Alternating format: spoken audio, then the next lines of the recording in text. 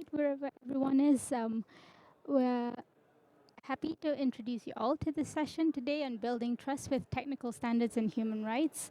We all recognize in this IGF on the multi-stakeholder approach that there is a real need to have a strong rights-based approach to technical standarding. And here we have today, and we're very happy to introduce quite a number of good experts in the room from civil society, governments, and the corporate perspective as well. I will now just hand over to Olivia to give an initial introduction. Thanks a lot, and good afternoon and good morning to all colleagues and friends. So it's a great honor to welcome you to this important session. So it's co-organized by Czech Republic, ITU, and OHEHR. And today we come together to address the critical questions and how can we include human rights in technical standards for emerging technologies to build trust in our digital future.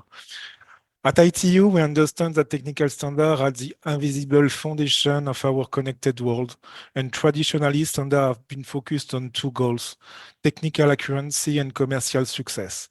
And today we must add a third essential dimension, the human rights perspective. So this new approach requires us to ask important questions.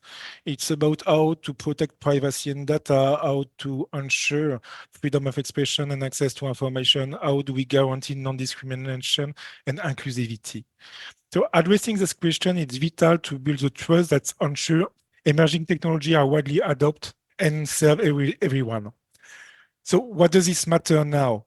Technology like AI, Internet of Things, Metaverse offer incredible opportunity, but they also create challenges. And without clear guidance, this technology can unintentionally harm the very rights that aim to protect. That's why collaboration is so important, and this type of panel is very important. And for example, the Freedom Online Coalition delivered recently its joint statement explicitly linking technical standard and human rights. The recent ITU resolution on metaverse, it's a milestone also. It was 2 months ago. It is the first to explicitly reference human rights.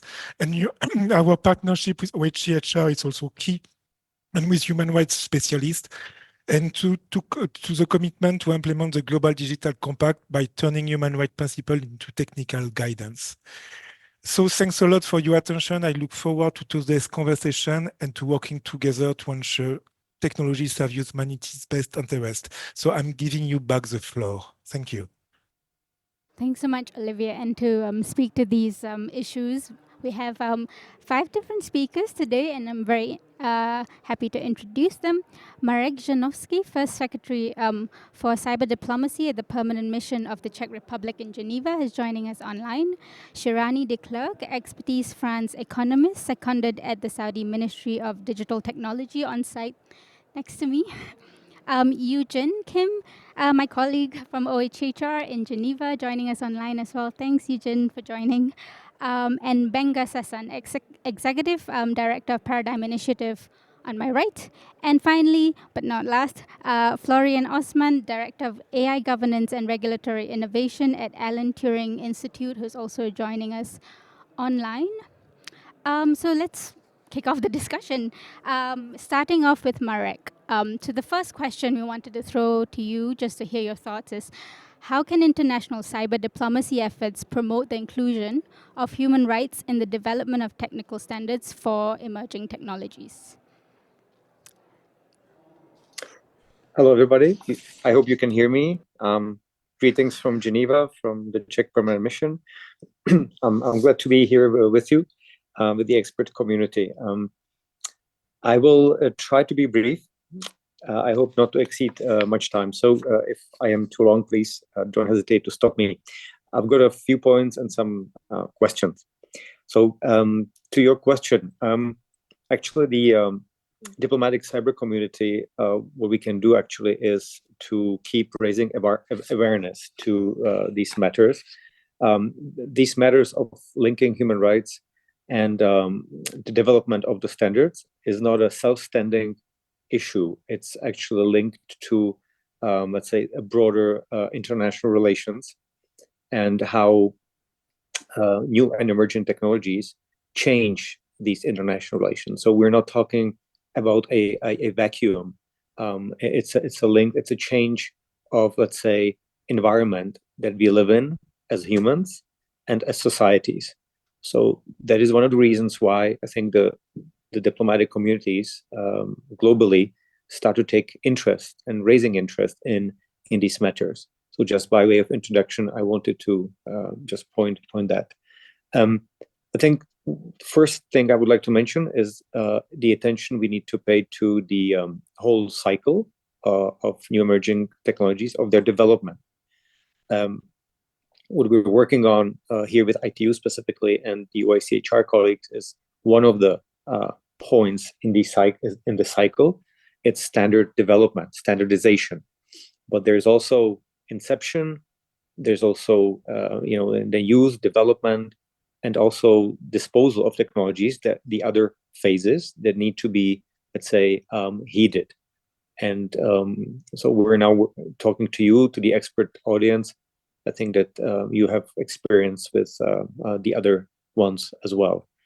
The third element I'd like to mention is that it's important for us, for diplomatic cyber community, or let's say new tech people working in diplomacy, is to try to break the silos between specifically the experts working on human rights, such as the High Commissioner's office in Geneva or elsewhere as well, and specific bodies such as ITU or ISO or IEC, etc., or IEEE. It's important that the ITU is not the only game in the town, and there are others that can join the efforts and need to join the efforts in order for the tech and the digital transformation to be a success.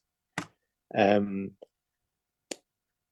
point I would like to mention is the importance of youth.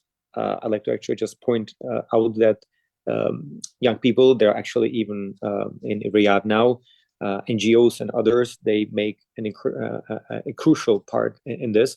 So I would be actually quite happy to hear from them what they think about this important link. And the maybe one of the other point is, and this is the question I wanted to basically raise, is how the IGF could help to actually advance this, because the diplomatic community is one thing, but we need a wholesale approach to a change of paradigm in how we actually perceive the development and use of the new and emerging technologies. I think this is key, that not only diplomatic communities but others join in this effort, and each of us will play a role in making this a success. Because I don't think that once we decided to follow this path of digital transformation, we don't have much choice but to try to make it safe and human rights based. Thank you very much. Thank you very much, Marek. That was a really good overview, actually, of the multi-stakeholder approach, and maybe also zooming down now to the Saudi Arabia experience. I'd like to ask Shirani specifically on the work that you've been doing in Riyadh concerning non-discrimination. What are the use cases illustrating the impact of technology biases in Saudi Arabia, and what solutions have you seen being implemented here to address those challenges? Thanks again for inviting me in this great panel. In our ministry, in the ministry where I work in, we have a technology foresight department. For their monthly meeting, someone in their team tests the latest apps on the market, and these days mostly the AI, Gen AI, and presents its pros and cons during a meeting. One occurring theme that has been observed is the biases within these applications. A simple example: when you ask a Gen AI model to depict a traditional Saudi family, you sometimes end up having a Saudi woman with a men's tobe. We also have other stereotypes, but today just take on to this image issue. So is it really a big deal to be represented falsely or misrepresented? Well, in the digital world, an entire minority could be falsely represented or even erased. Erased from, for example, an AI-assisted recruitment process. So it could become a big issue in the long run. So bias in AI systems often stems from how data is collected and how models are trained. But improving the fairness of AI requires more than just diversifying the data sets. While ensuring the data reflects the full range of appearance and cultural practice in Saudi Arabia is crucial, we must also design AI systems that don't automatically discard what they deem unusual. So equally important is the composition of the development team.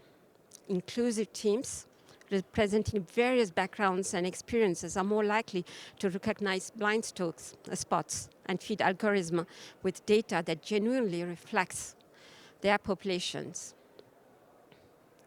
So what do we do in these situations? In 2023, the Saudi Data and AI Authority, which is SADAYA, issued an AI ethics principle aimed at guiding organizations in the responsible use of their technologies. And recently, in September 2024, SADAYA issued the AI adoption framework designed in a use case-driven methodology, a very flexible approach. There's another issue on language. Have you ever heard of the principle of linguistic relativity?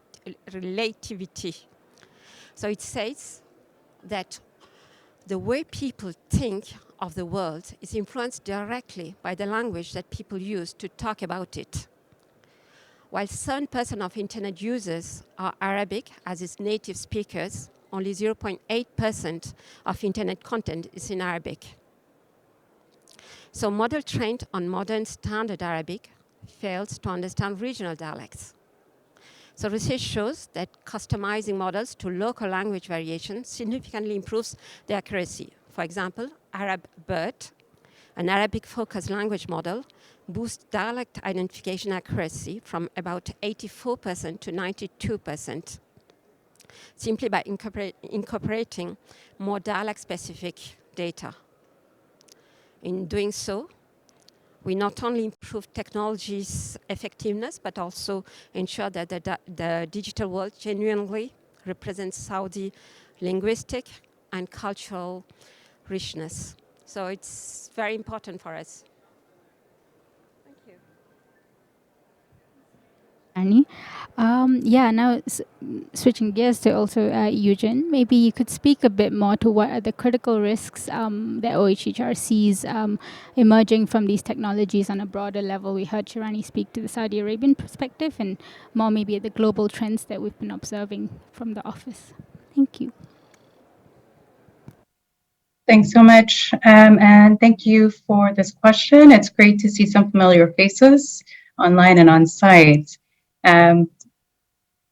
So to start, I would mention again our report that we had published last year on the relationship between human rights and technical standards in relation to digital technologies. So to recap, on one hand, the report showed that how technical standards are relevant to the enjoyment of human rights. For instance, stressing that many standards define processes and actions that directly respond to certain human rights related concerns. So to be more concrete, some examples include standards on privacy by design, privacy risk assessment, management, perhaps accessibility standards on the web, for example, which allow people with impaired vision to navigate and access the internet. So the ways in which these standards that I've mentioned as an example are the way they're designed are important to protecting the right to privacy, for example, freedom of expression and association, non-discrimination, and the right to life. In essence, across the whole spectrum of human rights, although I've only listed just a few rights here. And let's look at a few more recent examples. The Internet Engineering Task Force has done a great amount of work around this. And right now, they're currently discussing an internet protocol related to AirTags and gender violence. So the working group on DULT, DULT stands for Detecting Unwanted Location Trackers Accessory Protocol, So this protocol is being discussed in ITF to protect people against being unknowingly tracked. And it's discussing a real issue in a way, that tackles gender domestic violence cases to create a standard that allows the air tags to communicate with Bluetooth devices so that the person being tracked can detect and discover the hidden tag. So, and on the other side, I would say our report showed that the risks related to the standards development, for example, standards that define technical features that are necessary for digital infrastructures functioning, have particular relevance for human rights. As we have seen, the transmission control protocol and HTTP. So in this case, the weakness or lack thereof, or lack of encryption in these protocols can facilitate mass surveillance programs that systematically undermine the right to privacy and facilitate targeted surveillance both by the state and by non-state actors. So there have, of course, been some really important resolutions recently from the UN General Assembly, Human Rights Council, and our reports, of course, on human rights and technical standards. But other reports that we have issued, for example, on internet shutdowns, the right to privacy in the digital age, stress the risks that relate to new and emerging technologies. And other reports such as the use of AI in border management by law enforcement, which gets into the use of AI, for example, facial recognition technologies, real-time and disproportionate impacts that it has. And I think one important thing to note is the lack of transparency, which has really been the undertone in the development and design and the use of AI. And this really, the lack of transparency and thus the lack of accountability has really led to some harm and increased risks to human rights. And let me just conclude now that while technical standards can have an important role in creating conditions that are conducive to exercising human rights, clearly there are cases and risks posed to human rights by the way standards are designed, but also the way they are deployed. So this is why we really need to put human rights at the center and front of digital technologies and the standards that underpin them. And we have to make sure that standard setting processes really rest on multi-stakeholder principles and become as transparent, inclusive, and open as possible. Thank you. And we heard from both Eugen and Shirani and also Marek on the importance of having voices from marginalized communities and minorities also involved in this process. And Marek mentioned also a change in paradigm, so it's good to have someone from Paradigm Initiative here. I'm sure you heard that many times before. So Venga, how can civil society organizations influence the technical standard setting processes and include voices that are traditionally excluded in the room? Thank you. I definitely heard paradigm mentioned, and I've been hearing that all week, so that's great. It's good to know that our brand is spreading. Just very quick things, and I've organized my response in under 5 Ps because then it makes it easier to remember. And the first is prioritization. It's important for civil society to prioritize participation in conversations around technical standards. And I say that because for many years, even myself and a few colleagues, had conversations around, is it worth it? Because it's expensive to participate, and you need to decide. And that is where you begin to ask yourself the question that what is the connection between human rights and these technical standards? And thanks to the Office of the High Commissioner, your report and some of the conversations we've had have helped in terms of painting that picture that if you don't have the conversations at the design stage and and the standards are set, you will then end up with fighting the fires eventually. The second is participation, because it's one thing to complain that there are issues, but it's another thing to participate and to bring knowledge to the table. And I think this is really important, because when you bring knowledge to the table, you may just be presenting a side of the conversation that people have not even considered at all. And we see that in our work when, for example, we have conversations with security agencies or with the judiciary, that what the knowledge we bring to the table about human rights, about digital rights, are obviously not what they discuss every day. So it's helpful for them to see that. The third is partnership. I said earlier today in one of the sessions that we need to see the spirit of multi-stakeholderism in government delegations. It's not just about governments being in the room and then civil society is in the room, but even the sense of government. So government is a representation of the people. So governments need to start going for technical standards conversations with civil society, with businesses that I believe they already go with, and with of course, they don't have a choice with the technical community, so that there's a partnership that brings in all of these elements, which then brings me to my fourth point, which is people.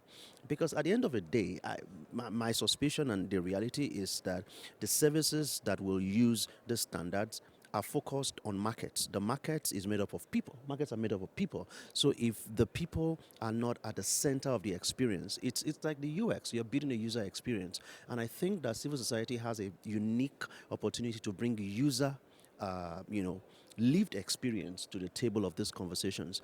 We were talking about internet fragmentation, and we got all technical until we stepped back and said, wait a second, how does fragmentation affect the internet user? And that was very helpful. And of course, finally, is the process itself. I was glad to hear Eugene mention earlier something about privacy by design.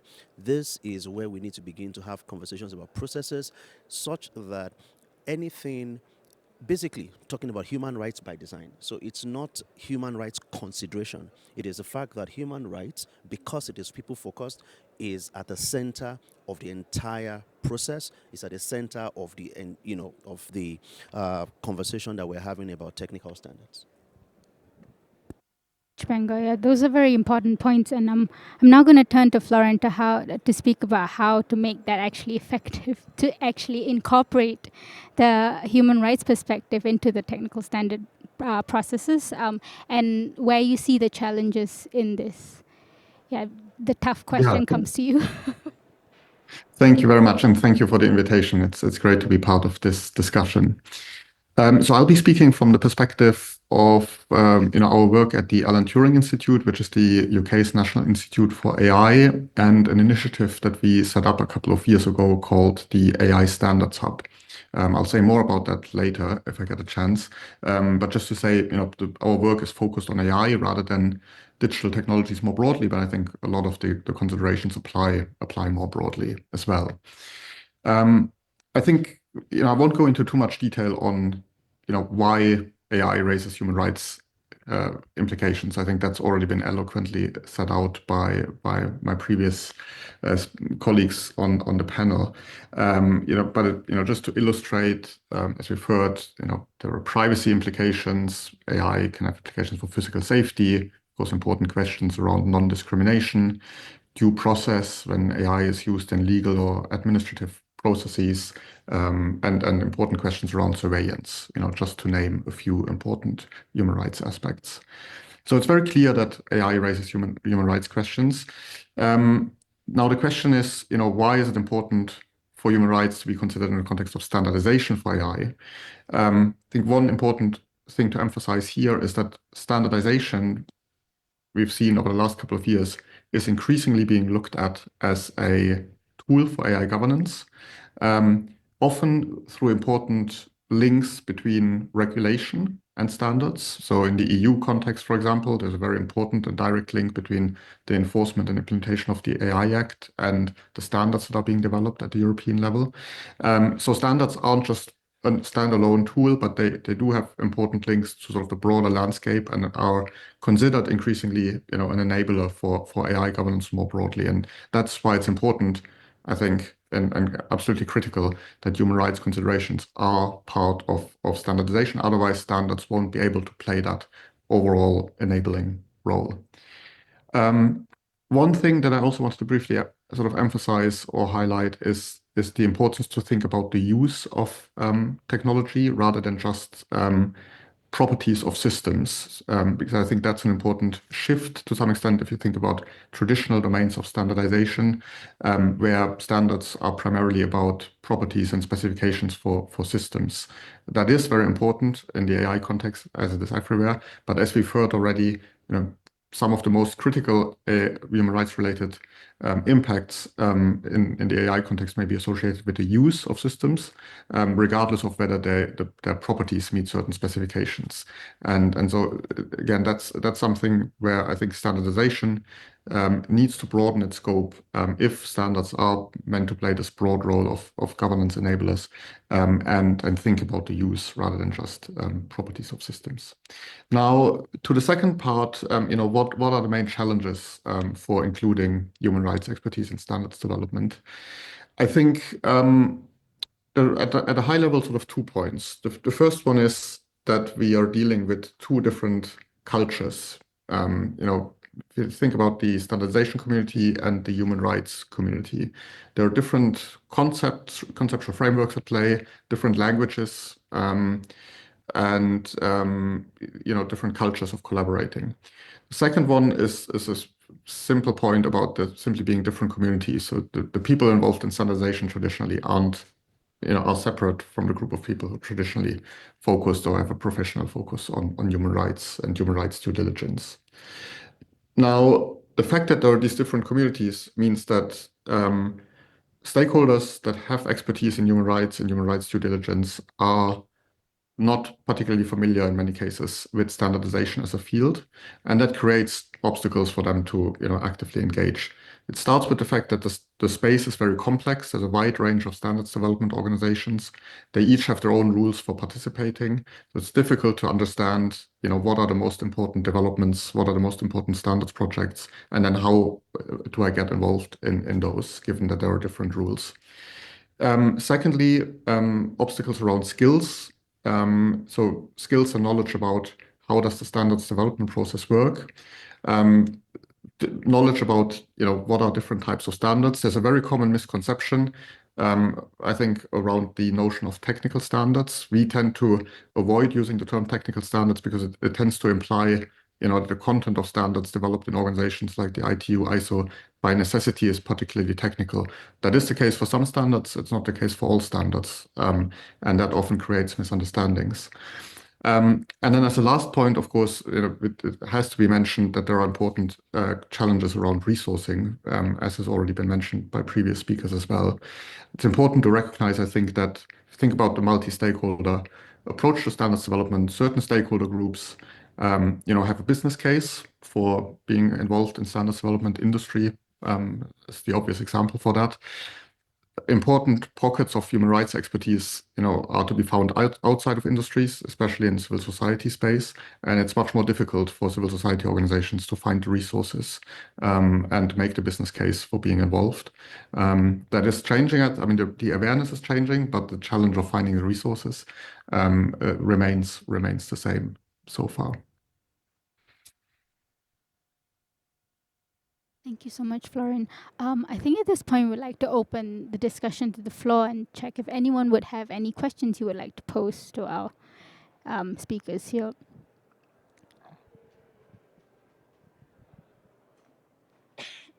Sorry, apologies. I think, maybe it's the time of the day, but maybe we can then move on to also other questions that we had for the speakers. And maybe putting Marek back online. What role do you envision that the Czech Republic plays for governments in ensuring standards align with the multi-stakeholder process and also include human rights perspective in development? Yeah, many thanks again. On this national perspective, I'd like to just maybe refer very quickly to what I have already mentioned at the beginning of the panel. It's the silos breaking. If we are to succeed, we need to make sure that people actually communicate. So the experts on both sides find a way to respect one another and like do not disregard one another in terms of some kind of a joint work. I think it sounds banal, but it proved to be a very difficult thing to do from a diplomatic perspective. So that's maybe one point. Again, breaking the silos, that's what the Czech Republic in the EU does. I mean, not alone, because we would not have been able to do it, but we try to foster the even cross-regional, let's say, dialogue. So as we have heard before, we need to talk, for example, the EU needs to talk with African countries, because we're actually facing some of the joint or challenges in this ever increasing digital world. Linguistically, for example, as we have heard before, it's the same issue. And I have to subscribe to the previous speaker saying that, once we expose to a different language, we think about a different language, we of course are subconsciously change the way we perceive the world. That's for sure. But there are other things which are similar to that, which actually are influencing our brains and thoughts. I'll probably come back to that. Another point maybe worth mentioning outside of the outreach, which we want to foster, also here actually through you guys. Again, the IGF would need to play a bigger role in this. And seriously, the Czech Republic would like to actually, not to task, but to ask the IGF to be of a help in this specific area of work, because we think that we need more opinions, more, let's say, recommendations from you, because you're the experts that can actually help. Be it the governments, be it the civil society organizations, be it researchers, be it the private companies who are there. That brings me to the point of private companies. I think this is also one of the ways or elements that the Czech Republic is trying to foster. That's why we're extremely grateful for the OACHR's project BTEC that is being at least run in Geneva. I think it would benefit from a worldwide coverage as well, just trying to talk to not only the big tech, but trying to talk to the emerging and the SMEs, again, to the young people who are actually driving companies who are at the, let's say, frontier development of these applications, because basically the world is going to be theirs, and they need to step up and to tell us how to do it as well, not only to develop, but develop in a responsible way. So I would end there, and maybe just to say a few remarks, if I may, to the previous conversation.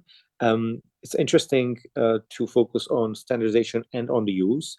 I agree, but maybe a question to the audience or to the other colleagues. When we talk about new technologies such as neuroscience and other things, other applications which are going to be directly, which are already directly focusing on our brain activities, on our thoughts, how can we improve the users' capacities and skills? In my view, there's no way. It needs to be already, let's say, clean and responsible from the inception part.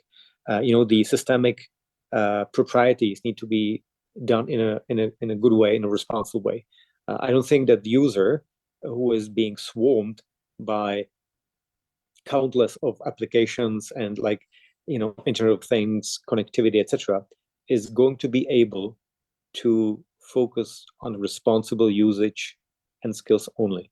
I think just from a daily usage perspective, there's no way. So again, the inception and the first phases of the development cycle are extremely key to get it right. Thank you. Thanks so much, Marek. We have a lady in the room who would love to ask a question at this point, so we'll just pass the mic.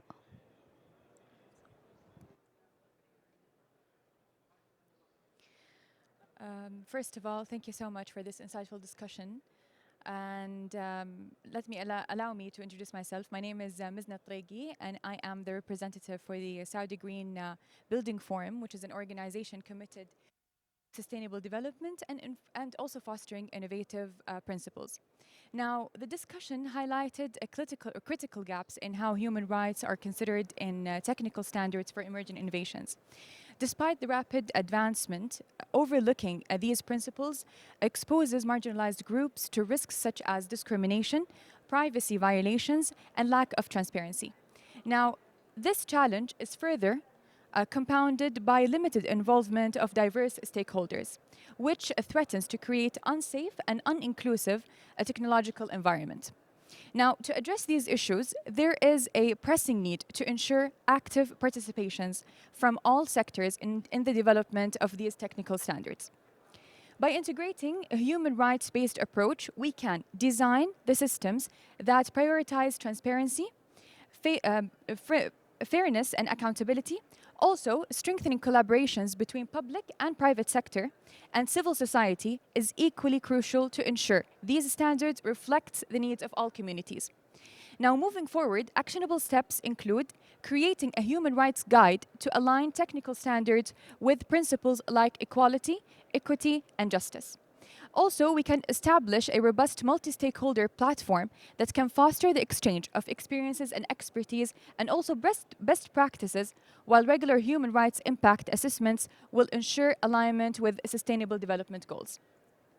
Now, my question is, how can we create a scalable models for integrating human rights into technical standards without slowing the pace of innovation, as well as how can we involve, as His Excellency said, the private sector to implement these standards?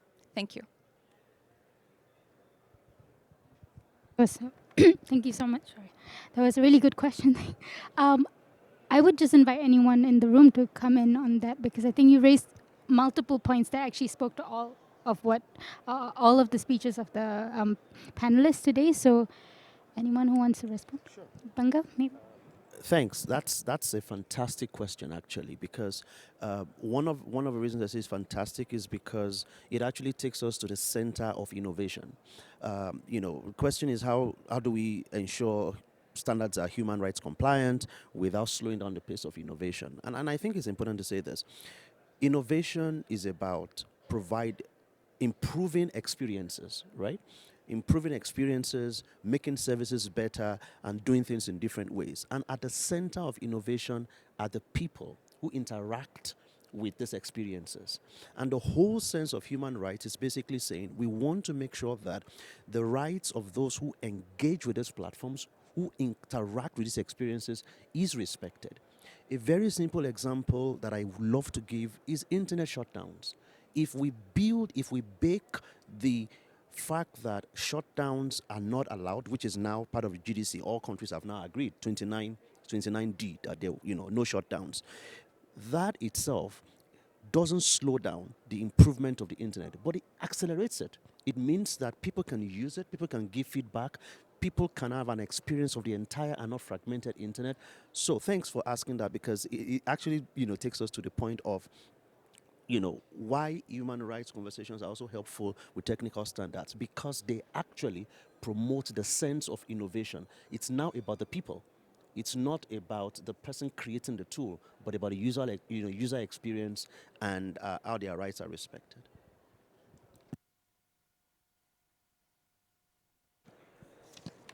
Can you hear us okay?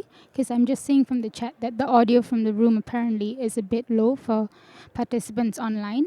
Please do continue to type in the chat, and we will try to get this sorted. Thanks, Godspeed. I wanted to see if anyone else was interested in responding to the question that was posed. But if not, then I might actually move on, because two questions, both to Eugene and to Shirani, that were directly linked to what you actually raised, which was, for Shirani, in Saudi Arabia, you spoke about the challenges that of the inclusion of minorities and marginalized communities. What are the financial and social implications do you think that needs to be tackled to tackle this issue? really responds to something you approached, one of your questions, the dilemma between financial revenue and ethical, social values, traditional values. So it's always a dilemma everywhere, whatever country it is, and you always have to balance both of them. So I just took 2 or 3 examples, and there's no answer, of course, because we don't know. So, so one of the projects, in the race to be an AI leader, we have projected to contribute to 5.1. The AI is projected to contribute to 5.1 of the GDP, billion dollars to GDP by 2030. So there are many projects, and one of them that I identified is the Gaia Accelerator. So supported by Sadaya and NTDP. So it has invested $160 million to fund 120 AI startups in Saudi. So while these startups promise economic returns, in the implementation of Sadaya's AI ethic principle that has been deployed 2023 and the framework last year, it's going to slow down the whole process. We have an objective, it's KPIs, where the companies have to become future unicorns. So that's our main objective. But on the other side, there are principles that comes in and which says that this has to be by design. You have to include ethical values in it. Why do you do it and how do you do it? The others are like unbiased data sets with financial constraints. So you know about the ALAM, the Arabic language model, which has been developed by Saudi Arabia. It addresses it addresses biases often found in global LLMs like GTP4 that poorly represents Arabic dialects. So while ALAM bridges this gap, expanding such initiatives it costs enormously. So what do you fund? These kind of languages or a future unicorn that makes you proud? And something else which is more difficult to discuss about is like NATAF platform. It has 1.8 million daily digital verification users. Or Tabak Kalam, you say it like that, right? Tabak Kalam, Kalam, yeah, Kalm. It's just developed during the COVID period.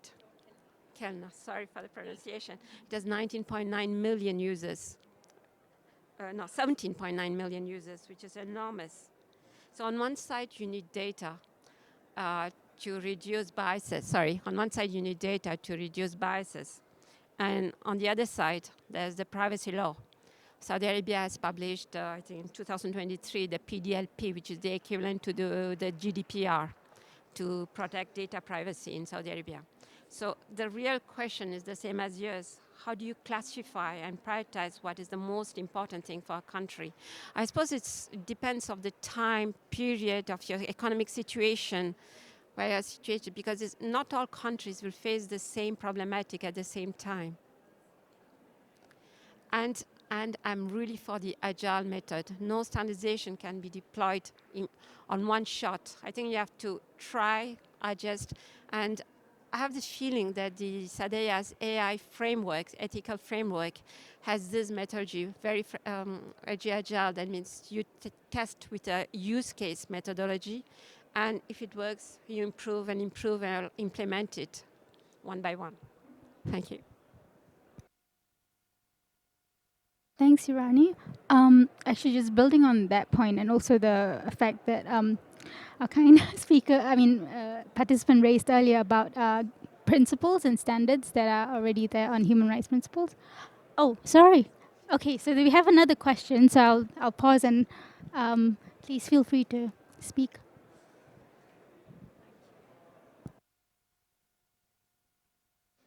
Thank you. Yeah, I think I'm sitting on the wrong side of the room. So I had a question about blockchain standards making and multilateralism in that. So we did a project. I'm from India. I worked on a project. It was an Indo-Australian project. We started working on blockchain standards. And it was a 3-year project, and by the end of it, we were just looking at what the involvement in standardization processes for multilateral forums was. So we worked with BIS and then Standards Australia, but then we also worked on like an international level. And the problem that we found was that most people just didn't participate in standardization processes, not because they didn't know that it was important, but because it's not practically feasible. So I think that it's important to get like a civil society approach and then like from small and medium enterprises, but contributing to standards conversations, which is something that we've also attempted to do, is an extremely resource and time intensive process. It's something that requires significant upselling. You have to upskill yourself, you have to spend a lot of time working on these things. It's also something that you don't actually get paid for. So most of us do it in addition to the work that we do. So in that context, unless, like even when we did conclude our project, we came up with like a roadmap of how potentially standards organizations could get people more invested in the standards making process.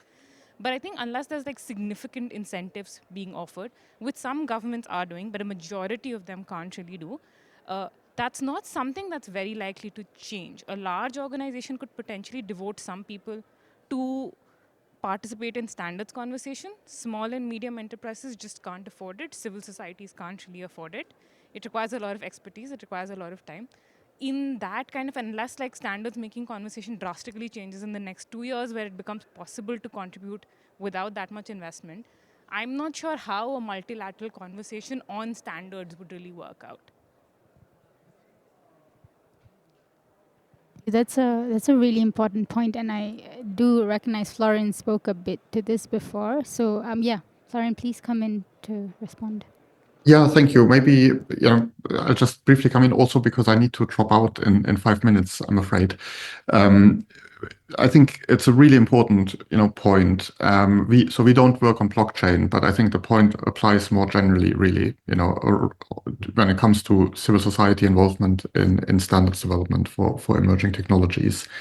I just thought I'd briefly say, sort of give some examples of what we've done. Sort of, I think that the problem really needs to be addressed at different layers. So one thing we've done in the AI space with the AI Standards Hub is to build a database of standards projects that are under development. That's something that didn't exist before. And so, there's a real challenge at a very foundational level for organizations that aren't familiar with the space of understanding, tracking what is going on, across the large number of SDOs that are active in the space, and then to be able to decide what is the standards project that, with my limited resources, is the one that I should be focused on and engaging. So, that's an example for how we try to contribute to solving that in the AI space through that kind of database that tracks those developments.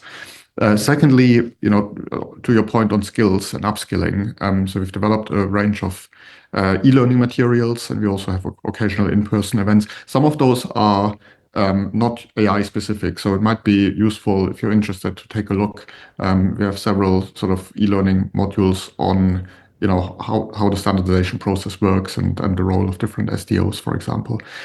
Then lastly, and I think that's sort of probably the most important point and where the most value lies, the biggest difference can be made, is thinking about ways for lowering the barrier to participating and contributing to standards development. So traditionally, of course, the way to contribute is to join a committee, right? Whatever committee that is. In some organizations, if it's ISO or IEC or Sensenelec, it's through the mirror committee at the national level. In other cases, it's the study group directly, like in the ITU. But it's a formal process, and it's quite a time commitment, right? That can be quite daunting, and many organizations may feel they're unable to commit to joining a committee. So we've been trying to experiment with ways of lowering that barrier in collaboration with SDOs, for example, with Sensenelec and the working group chairs, to create spaces through workshops, for example, that sort of on a one-off basis provide an opportunity for interested organizations, especially those that struggle. So we have a dedicated work stream to civil society for civil society organizations, look at a project that's under development and give targeted input on certain questions that the committee can then consider in the committee's work. And I think that's something we've had a lot of positive feedback on, and we will try to do more of. We'll actually probably have a workshop for civil society organizations to feed into European standards for risk management for AI in February. So anyone who's interested, please take a look at our website. We've been very, pleased and are sort of proud of our partnership with Eugene and colleagues from OHCHR, having done a couple of events together. And we'll also be working together on a summit that the AI Standards Hub will be hosting in March. You'll find more information on that. A global summit on AI standardization, where sort of civil society inclusion will be a really important focus. Much, Florin. I just want to also share with the room a comment in the chat from Gopal. In my humble opinion, it's best to have responsibilities before rights. Making responsible citizens, now netizens, is crucial to building trust using technology standards. We need a trust layer lower than the network layer in the ISO OSI reference model. So thanks, Gopal. I think it's also related to the question to be asked to Eugene, because as you speak about responsibilities before rights. Eugene, could you speak a bit more on the project, the BTEC project that encourages companies to actually meet the responsibilities that they have to protect the rights of individuals as well? Sure. And I'm really glad to hear from my other colleagues, on the panel here on, the challenges non-technical community, the CSO, for example, face, which is, I think, really important to tackle. And just to note that it's really, we understand, standard development takes time. It's a complex and challenging environment. So really, we need all stakeholders involved in a continued effort in a collaborative manner to make sure that human rights are front and center to tech standards development. So it's not, it's not something that we can flick on a switch or flick it off to make things happen. So I think also it really highlights the importance of a panel that we have here today with diverse participants on this panel. So I think I will focus a bit more, like you said, on the BTEC project and the role of companies, and perhaps outline some of our next steps in the coming year. So the role of the tech companies is something in the standard setting space is something we would really like to stress and emphasize a bit more next year. We already engage with tech companies through our BTEC project, which was mentioned, which focuses on the role of tech companies and how they can operationalize the UN guiding principles on business and human rights. So within this BTEC project, our office has been able to provide or has been able to discuss how to foster business conduct responsibly when it comes to AI, provided practical guidance to tech companies, so operationalizing the UNGPs, for example. And recently we published a foundational paper on generative AI, and also a taxonomy of human rights risks connected to generative AI. So this is really some of the examples and our more recent outputs we have in order to provide guidance to tech companies. And I'm happy to share a link where you can access these resources and the work that we have done so far. But the challenge now is really looking at how to engage meaningfully with companies on technical standards of human rights, because tech companies are a stakeholder group that is really crucial to stay engaged, because they take part in standard setting processes, and sometimes in various fora, they're the one driving some of this tech standards development. And so human rights due diligence is a key element. I think that should be highlighted. So human rights due diligence for both companies and for standard setting organizations. And in order for us to raise awareness vis-a-vis tech companies and also for standard development organizations, we will be conducting some consultations next year to better understand their view and how to better engage with them, and better meaning more effectively. And this really, again, brings us to the importance of participation and multi-stakeholderism. It's already been noted, but the challenge really is on getting non-technical communities involved. When I say that, it's civil society organizations, it's academia, but also noting the disparity in participation for various reasons between the global north and the global majority. And also the, I think so I heard from the floor as well from other panelists that we need to have more SMEs. I think Mark had mentioned this. The importance is also not just engaging with big tech, but looking at the ecosystem, right? We also need to be engaging with young entrepreneurs who are really at the frontiers of tech development, and also small and medium-sized enterprises. So I hope this is clear. I mean, there is enormous benefit to multi-stakeholder participation. Gabenga mentioned this, but it's really important to bring in a perspective, side of conversation that maybe no one in the room has heard before. And that's really the value add of multi-stakeholder participation in developing technologies and standards that serve everybody. And in this sense, I would like to emphasize that IGF, the Internet Governance Forum, has been an important venue to discuss in a multi-stakeholder setting, human rights and technical standards, but a host of other issues in this space. And that said, I think we're now arriving at such a critical juncture, right, with the steps to implementing the Global Digital Compact, the review of the multi-stakeholder model at the WSIS Plus 20 next year. So let me finish on a note by saying that in the GDC, if you look at line 58 in the adopted text, it places a great importance on human rights in relation to tech standards. It explicitly refers to AI standards that must respect human rights. So we must also emphasize the importance of this forum to continue to discuss how to develop and deploy technical standards that can be human rights respecting and that will foster more public trust in different technologies. So thank you so much. And there was a really good summary of the whole thing. And also at the end of the day, we are here at IGF and we hope to discuss this conversation at the next IGF in Norway.